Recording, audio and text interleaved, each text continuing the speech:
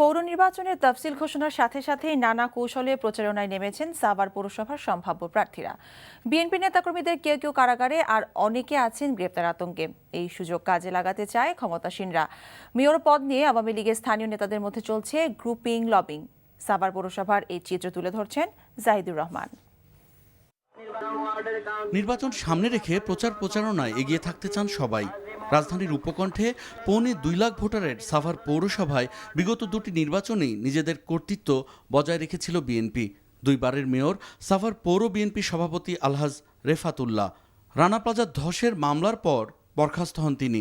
পরে উচ্চ আদালতের নির্দেশনায় মেয়র পদে ফিরলেও ফেরেনি স্বস্তি। প্রথমে দুর্নীতি, পরে নাশকতার মামলায় গ্রেপ্তার হয়ে এখন কারাগারে। গ্রেপ্তার আতঙ্কে কর্মীরাও বাড়ি ছাড়া। আমরা এখনো সিদ্ধান্তহীনতা ভুগতেছি।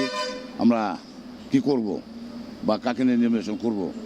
মনোনয়ন পেতে ক্ষমতাসীন দলের প্রতিদ্বন্দ্বী দুই নেতার মধ্যে চলছে শক্তি প্রদর্শনের লড়াই।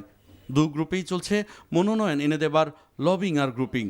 মনোনয়ন প্রত্যাশীদের একজন সাবেক সংসদ সদস্য আশরাফ উদ্দিন খান ইমু, অন্যজন পৌর আওয়ামী লীগের সভাপতি আব্দুল গনি।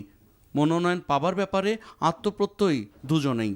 সবচেয়ে বড় কথা হলো মাননীয় সংসদ সদস্য, স্থানীয় সংসদ সদস্য আমার পক্ষে আছে। আমি মনে করি এই বিবেচনায় অবশ্যই নেত্রী আমাকে মনোনয়ন দেবে। আমার নেত্রী আমাকে চেনেন, শুধু চেনেন না, আমি যে বঙ্গবন্ধুর হাত ধরে রাজনীতিতে আসছি সেটাও উনি জানেন। এদিকে নির্বাচনী মৌসুম শুরুর প্রাক্কালেই সরেজমিনে পরিস্থিতি দেখতে মাঠে নেমেছে নির্বাচন কমিশন। কোনো ভোট কেন্দ্র সম্পর্কে কোনো সমস্যা আছে কিনা সেগুলি দেখে শুনে আমরা ভোট কেন্দ্র যাচাই বাছাই করছি। তফসিল ঘোষণার সাথে সাথেই সাভার জুড়ে ছড়িয়ে পড়েছে নির্বাচনী আমেজ।